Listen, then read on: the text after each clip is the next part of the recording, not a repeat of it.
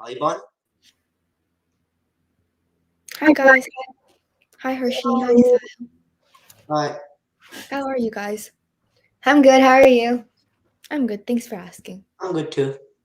So, have you guys heard about the recent war between Afghanistan and the Taliban? Yeah, I heard about it. I'm really confused because I know Taliban are like terrorists and all, but I don't know who they really are and what their intentions are. Well, the Taliban are an Islamic militant group that were founded in 1994. But I don't As for their intentions, they plan to demodernize Afghanistan and change it to when women, well, per se, were treated very unfairly, and men were treated as the superior race in society, which we obviously know isn't good. Yeah, that is really bad. It's how they don't think women are important. It just sucks because that was left behind a long time ago and we're in the 21st century now. So it's unexpected that some people still think that. I have to agree with Hasiga on this one. It's almost insane how some people refuse to move on and accept women as an equal gender. But I also have one question for you. What happened the first time when Taliban conquered Afghanistan? Well, the first time when Taliban actually did conquer Afghanistan, they were in touch with Al Qaeda, as which we all know were the administrators of 9/11. Taliban were also helping Osama bin Laden, who, as we know as well, was the leader of Al Qaeda at the time, hide somewhere in Afghanistan. Now, because of that, they had supreme reign in Afghanistan, and during that time, they made sure women were treated unfairly. Obviously, they also made They also made strict restrictions. For instance, you had to have a certain type of beard, and men weren't allowed to shave. Now, while that sounds extremely weird, up to date, they've lightened up their rules. But as for their intentions, we can assume that they weren't good based off of that, since multiple people were injured and died. Wow, that's absolutely insane. Some rules I can see why, but some rules were just completely unacceptable.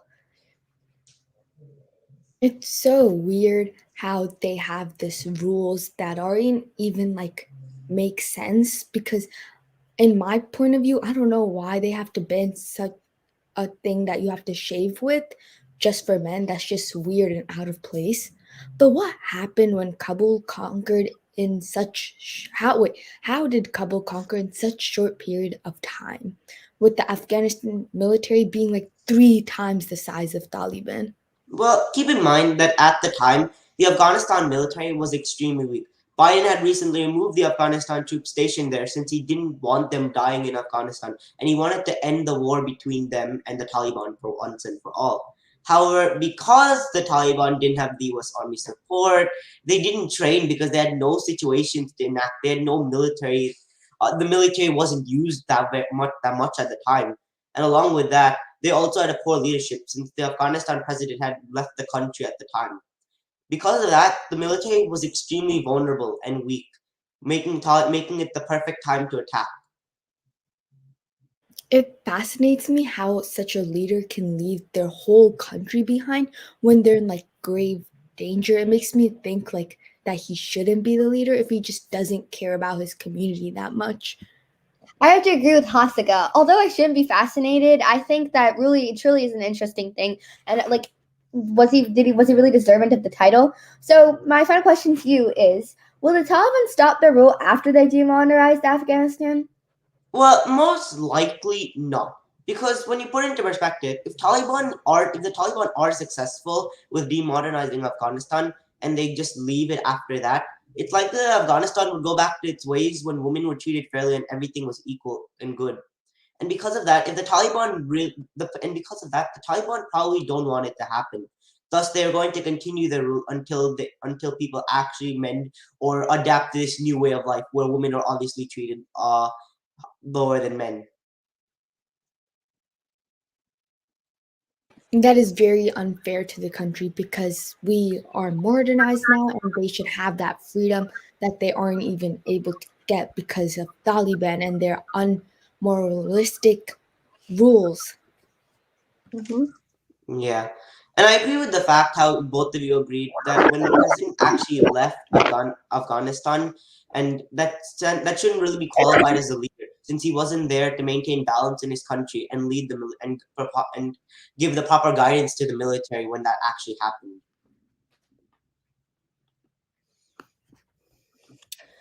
So, if we're on the topic of how children were treated unfairly, did you know children with disabilities are treated unfairly on a daily basis just because they tend to learn differently? Wow, that's super unfair. But should you really treat those with disabilities fair? Yes, of course. Those with learning disabilities may see, hear, and understand things differently than us. But just because they need a little bit more support and a little bit more resources doesn't make them any less capable. And it definitely doesn't make them deserve some titles they're being given. They're given nicknames such as dumb or stupid and being labeled. And we listen to the stereotypes without really listening to them, because if we just stopped and appreciated all we have to say, we could truly understand how much they can contribute. Well, I actually agree with that. I agree with the fact that you shouldn't treat those with disabilities unfairly just because they have a harder time learning new concepts or just learning in general. So I think that what your perspective on that was extremely interesting. Thank you. My perspective is really similar to yours, but it's a little different. I just want to get my opinion out there. So I think that people with disabilities or even children shouldn't be treated unfairly in terms of like getting called mean names, such as weirdo or like things that are unacceptable. But I think they shouldn't be treated fairly in sense of they need to get their extra help they need from teachers, from the buses, so they can be normal and learn normal. There's always this saying that I heard before that justice is served in that equality isn't fair while justice is fair, so it helps those in need, while equality just helps everyone the same and doesn't help those who really need it. And this is the same context and situation.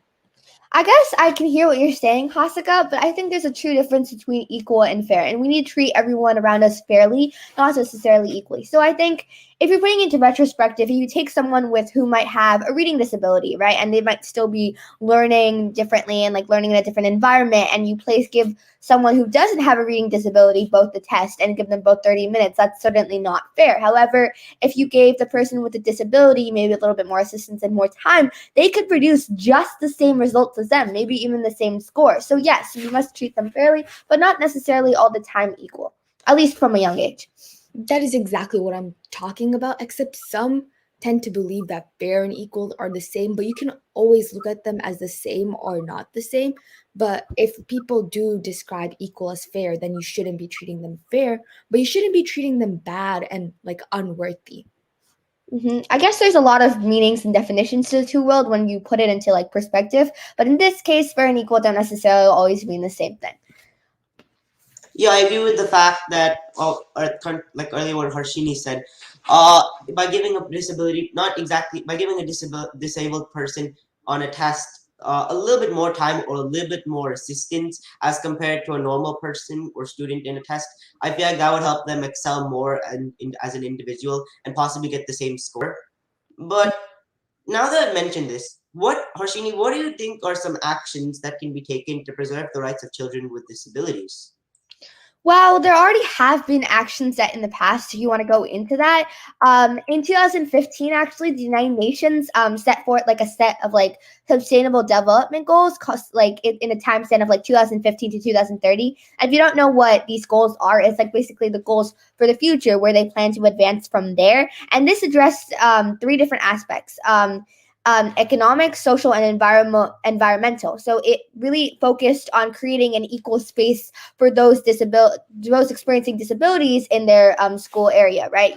So it focuses more on like altering attitudes and prejudice against people with special needs. However, even though there have been taken actions in the past, that doesn't mean that there still needs to be more, because in some areas for people with disabilities aren't even given the proper resources and proper supplies they need because of lack of money. So really it depends. Like, yes, there has been some actions taken, but definitely not enough.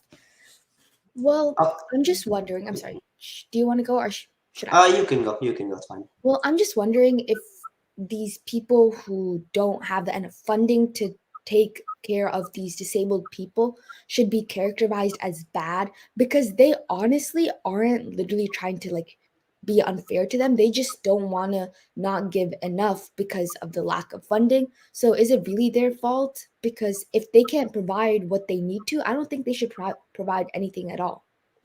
Yes. So I guess it's kind of like a half and half thing. It's like Well, I think many people do want to contribute in certain situations, but it's the lack of funding, which brings me to think it's the idea that they have a lack of importance for this, right? So let's say they do get in some funding. They're not necessarily going to put it towards the disabilities classroom necessarily. Like it's not going to be their first priority. It might be getting new Chromebooks, getting new supplies without actually focusing the kids that are going to school itself. Because like I said, we're all stereotyped. A lot of people stereotype those with disabilities as dumb or stupid and don't think that they have much to contribute to society. So in order to have more action being taken, it's our responsibility as the new generation to change that mindset in people's heads that those with disabilities have so much to contribute if we just stopped and listened. Yeah, I agree with the fact that people with disabilities shouldn't necessarily be stereotyped just because they have difficulties doing average day lives. As I've read in one video, actually, I think a lot of you have seen it before, or maybe, I don't know. But you shouldn't stereotype people. You never know what that person is going through and how it's like to be in their shoes. So Mhm. I respect your perspective on that, Harshini. Thank you. Mhm. That isn't just with disabilities, it's with everyone. You shouldn't just think about them without even like realizing or talking to them. You shouldn't judge a book by their cover ever, and that's just what many people of our society sadly do, and mostly with those who are different. It's one thing to say that you don't judge a book by a cover, but it's another thing to discreetly do it. So it's up to us to change the mindset that both people with disabilities have, that they aren't important, and people like respecting them. There has to be mutual respect, and that's kind of like non-existent right now. I want to take a personal experience from the school that I go to. I completely don't think this right at all, but we actually have a disabilities classroom right next to our classroom, and the walls are very thin, and we could hear them learning and stuff. And I could hear snickers throughout the classroom when someone was experiencing some difficulty, and I really found that disgusting because in the end of the day you can't treat someone like that even if it is discreetly, because in the end of the day they matter and you never want to make them feel like they don't. Yeah, whatever your classmates ever did is completely wrong, and it's like so mean to them. But honestly, are the people with disabilities disincluding themselves because of the way the society views them, or is it their own exclusion from others? Well, it's still the mindset society has placed upon them. It's the common stereotypes, the crude remarks that causes them to push themselves away. Yeah, the stereotype is really greatly affects anyone if they really hear about it. And I also just feel like not only the people with disabilities, but people who don't have disabilities don't know how to interact and kind of be friends with people with disabilities for the fact they're different. They think they have to do stuff differently, which really isn't always the context. It's not always, this doesn't always necessarily apply because sometimes they don't have to do anything differently. Sometimes you need to make them feel comfortable enough to just be themselves and just realize what a great personality they have. Sahil, do you want anything? Would you like to contribute anything? Actually, not exactly the question, but I feel like you should always encourage someone and find out what their good qualities and bad qualities are, especially for disabled people, because that way a teacher or a person in general or a parent can help them learn and develop themselves as individuals, possibly even making them just as smart or just as good as normal people or Mhm. normal students, anyways. So I feel like you should give special attention and find special attention to the good qualities of people, especially disabled. Yes, They're of all, course. I'm sorry, you can go. Sorry, Hasika, you can go first. They're already good as other people.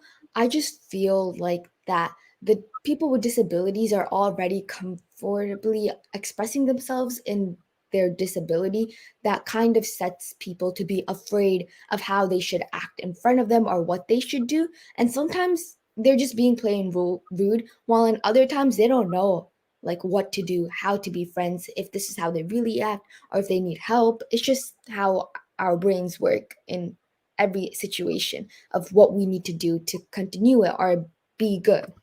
That's actually a really great point, Hasika. And just to piggyback off of something that Sahil said, um, I think that not necessarily we need to give any special attention because right now we're not giving any attention at all. So I think if we gave the right amount of attention, I feel like they would be more comfortable in expressing themselves because, as I mentioned, right now we're not even giving any like concern, right? Continuing about your point, by not giving enough attention, I just feel like kids in our school distance themselves both ways. They distance each other from themselves because they're like, oh, it's the disabled kid. Some people say this and they don't really want to be friends with them and want to be friends with the normal people. I don't know if it's being mean or how they think, because that's in their brain, but either way it looks rude to them. Mm-hmm. Definitely. I think even if you here's the thing, even if let's say there's someone with a disability that goes to your school, right? Sometimes maybe just take the extra step and you might find like, a new friend. Like you might want to go up and talk to them. And this might be something like a lot of people don't see themselves doing. If we just took that one step, like just took a couple of steps further, then we could really make those in school more comfortable with expressing who they are. It's not Without even they're being judged, right? Oh, sorry. I was just pointing out that we shouldn't ever make them feel judged. Sorry for interrupting. What were you about to say? I'm saying that it's not even a couple of steps. If we just take one step of paying attention to them, talking to them, and even becoming friends, hanging out, going to ice cream or anything, they will become more comfortable. They'll express themselves and they will actually not be the outcast that they think they are or what people think that they are. Mm-hmm. So I would just like to end us off with one quote that was actually made by Anthony Lake, an executive director at UNICEF a couple years ago. So somewhere a child is being told he cannot play because he cannot walk, or another that she cannot learn because she cannot see. That boy deserves a chance to play, and we all benefit with that girl, and all children can read, learn, and contribute. The path forward will be challenging, but children do not accept unnecessary limits. Neither should we. It's up to us to prevent putting these limits on children because honestly, they don't deserve them.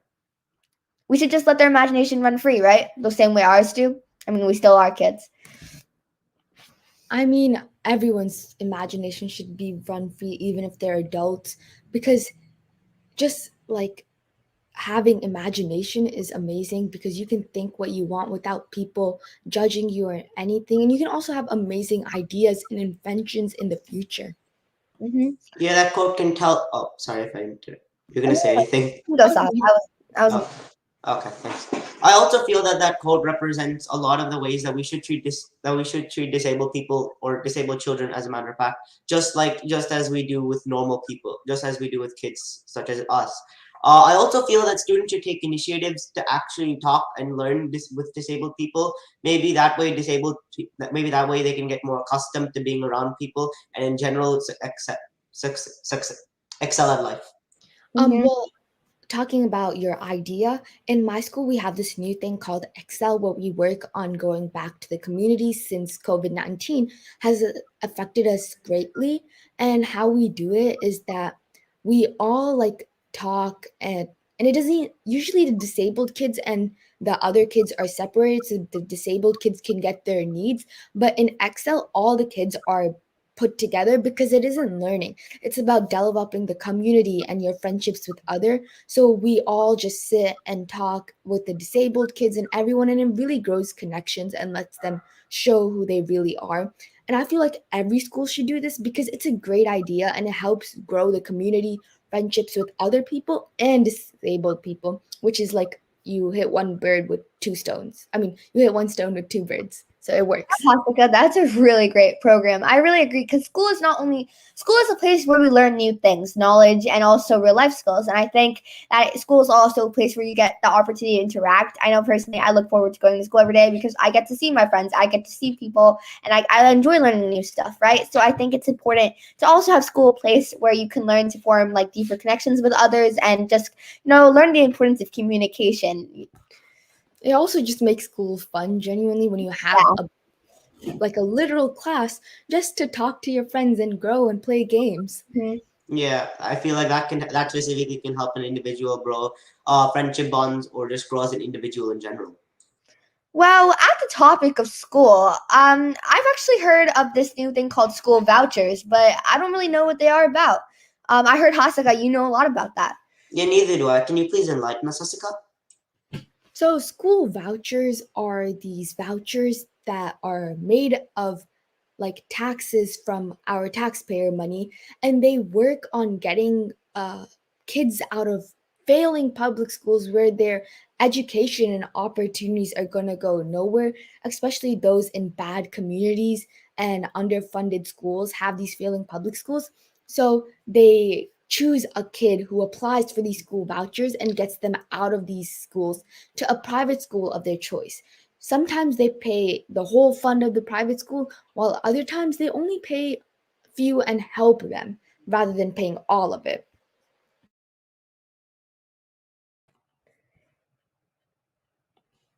Well, I didn't really know what school vouchers is about, but they seem like a pretty interesting thing. Would you say there are more pros than cons, or the other way around? Well, unfortunately, this topic is very debated and it helps students also in the same way, but there's the same amount of pros and cons. The first biggest good part about it is that it helps students. It gets them out of these public schools and it helps them get opportunities. And I'm not saying all public schools are bad. It's just some of them don't have the funding to be good and they can't even afford toilet paper or some necessities like soap, which makes them really underfunded. And they cut those so they can pay. But the bad part about this is sometimes taking away taxpayer money causes the people to be mad because your kid isn't being chose, but you're helping this other kid get their opportunity. And some people might not really like that, as they want their kid also to get the opportunity, or they want their kid to not lose funding from their school, which school vouchers can do sometimes in the really like excessive case. I get how there might be like both pros and cons to the idea of having school vouchers, but I guess in the end of the day, any situation or any program or anything in general has both pros and cons. So when debating whether or not something is really beneficial, it just depends, is there more pros than cons, or the pros really worth it? Which I personally think that for school vouchers they are. But I do have a question about them, since I want to tie this in with the rights of children with disabilities, since that's an incredibly important topic. Will the students' rights facing disabilities apply to the private school they choose? What kind of special education services will children even receive?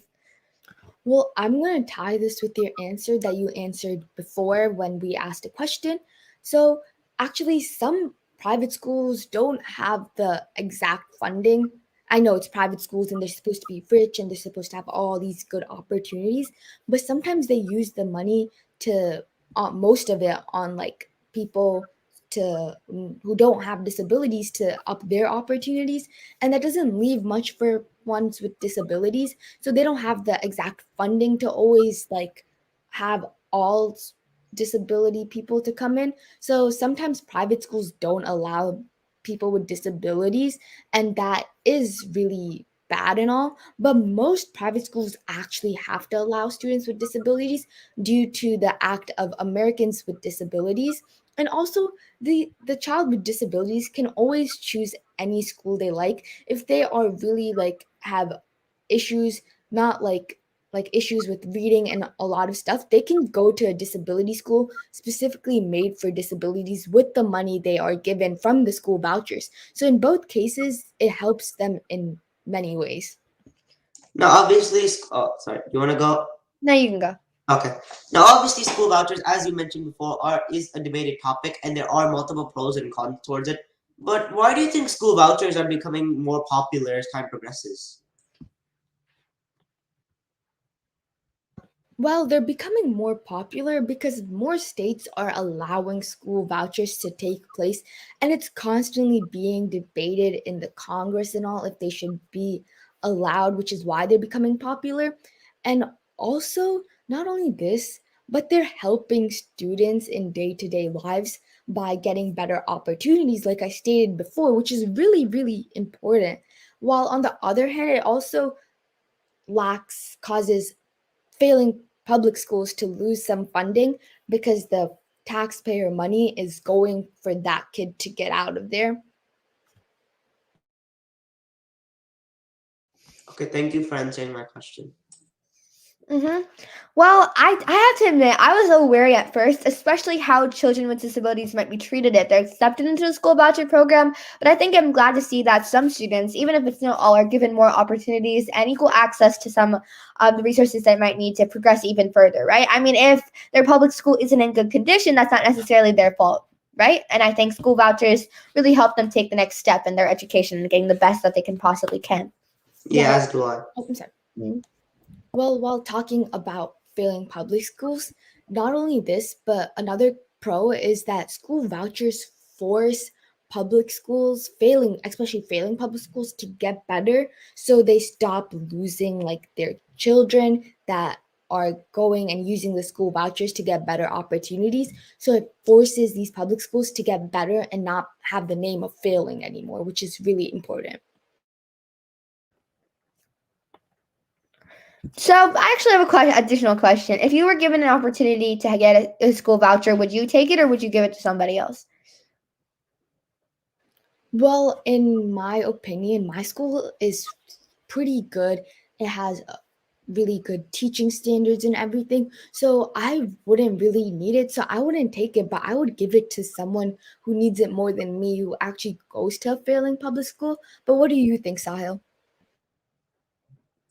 To be honest, like your public school, mine is also not necessarily failing, and because of that, I agree with the fact that I would also give it to a person whose public school is progressively failing.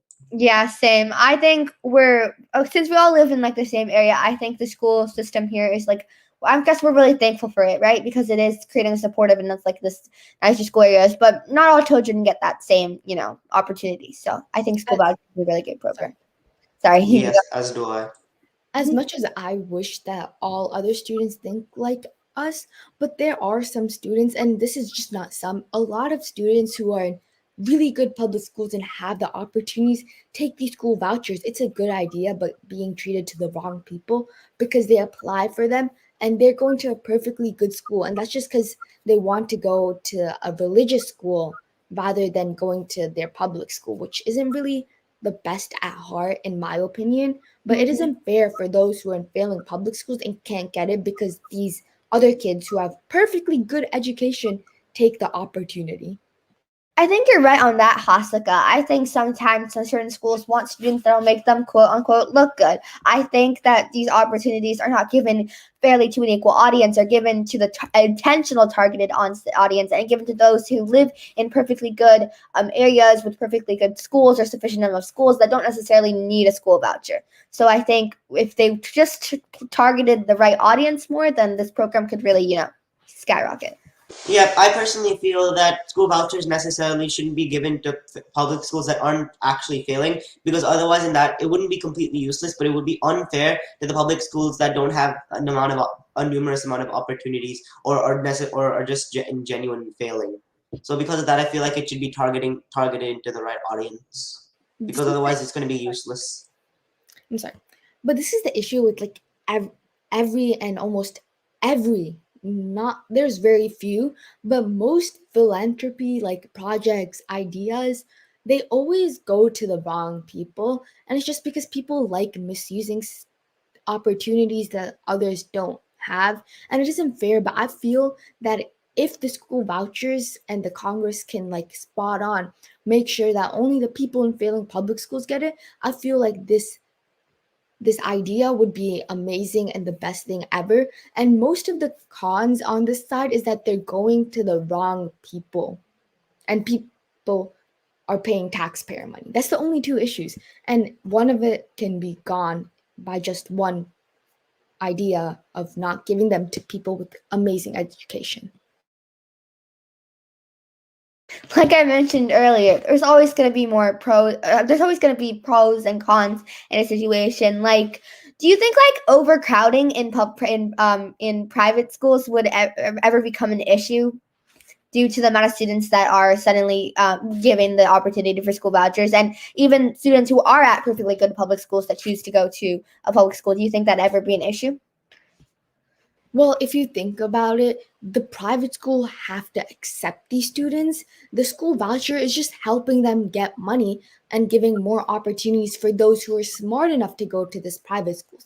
Private schools are known to take kids who are smart and have to take the SSAT and have a certain level. So it actually matters on the private school. I cannot say what if private schools will become crowded, because it matters on what these kids choose, these private schools choose, if they have the opportunity to take that, or like if they're good enough. Yeah, I just think it was definitely important to address that there might be a lack of staff or a lack of space for like the additional kids with school vouchers. And do school vouchers always like cover the full cost, or do they have to pay additional costs? Like, how necessarily does that work? Sorry. I think I mentioned this before, but it actually matters on how much money the school voucher has, because there are some like private schools that cost like 100K a year, which is a lot and it's really expensive. I'm pretty sure you heard about those. But the school voucher comes with a certain amount. So like it can be like 50K per year. So it matters on what private school you choose. If you choose an expensive one, you'll obviously have to pay additional fee. But if you choose like a cheap one, then you're fully covered. One additional question. You probably answered this before, but do you think school vouchers should be used more frequently than they are now, or not? Well, it actually matters because not all private schools accept the kids, so they can be used frequently, but it matters on how the private school chooses the kids and who they choose. So if we want to use them more frequently, we can, but it isn't up to us. Okay, thank you for answering my question. Mm-hmm. And I also like what you mentioned about how students might choose like the really expensive private schools that they might not be able to fully cover with their school vouchers. So I think in the end of the day, if you choose the right school, if the right students are given the opportunity, then this could be a really beneficial program. I mean, it already is, but it could be even more beneficial because I mean, it gives families flexibility. It can access to better education, and you also get the chance to choose which private school you get to go to. Completely true. Anything and everything can get better by just a small idea or a little more funding, and so can these school vouchers. Well, thank you guys for answering all my questions. I hadn't realized there were this many issues in our world today. It's like crazy how disabled children across the world are treated unfairly and called really bad names, such that I'm not even going to say because how rude they are. And it's fascinating and bad at the same time. It shouldn't be fascinating, I'm sorry, but of how Taliban took over Kabul while being like this small, and it sucks how Taliban has such bad moralistic ideas that should never be presented or happen in the 21st century, especially of how modernized we are. But hopefully all these issues will be resolved soon and people will realize the good in themselves the good in themselves. Yeah, I personally. Oh, you Oh, can go. sorry, Sahil, you can go. Okay, it's okay. I personally believe that multiple governments around the world, specifically with Taliban and the US government, should work to actually resolve these issues. Yeah, I think what Hasika said about finding like the past fascinating, it can feel a little guilty at sometimes, but I think it's important to learn about the past because you have to realize how little has changed that we're in the 21st century and women are still being treated unfairly and how much more change needs to be produced. So looking into the past and realizing how little has changed can inspire us to, produce more. There's always this quote that's called that my history teacher always tells me that we learn about the past so we can move on from it and not repeat it. We shouldn't repeat history ever, especially if it is bad. Mhm. But it was a really great experience getting to talk to you all about these issues and how we as students and kids can also contribute.